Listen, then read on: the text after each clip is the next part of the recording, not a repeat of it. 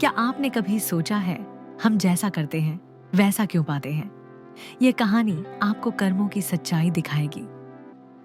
एक समय की बात है। एक गांव में चक्षुपाल नाम के तपस्वी भिक्षु रहते थे। वे बहुत ज्ञानी और धर्मनिष्ठ थे, लेकिन उनके जीवन में एक कमी थी। वे देख नहीं सकते थे।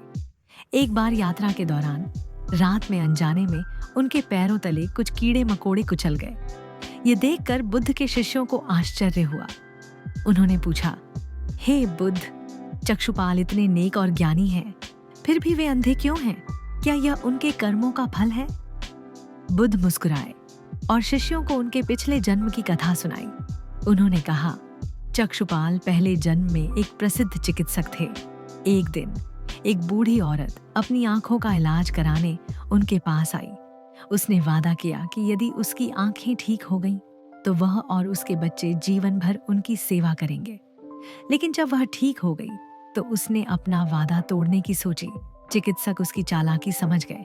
क्रोध और बदले की भावना में उन्होंने ऐसी दवा दी जिससे उसकी आंखों की रोशनी हमेशा के लिए चली गई। बुद्ध ने कहा, उसी पाप के कारण आज चक्षुपाल अंधे पैदा हुए। भले ही वे अब महान भिक्षु हैं, पर पिछले कर्मों का फल उन्हें भुगतना पड़ा। ये कथा हमें सिखाती है कि हर कर्म का फल मिलता है। अच्छा कर्म हो या बुरा, उसका असर जरूर सामने आता है। इसलिए हमेशा अच्छे कर्म करें, क्योंकि आपकी नियत और मंशा ही आपके भविष्य का निर्माण करती है। अच्छे कर्म ही आपका भविष्य बनाते हैं। अच्छे बनो, अच्छा होगा।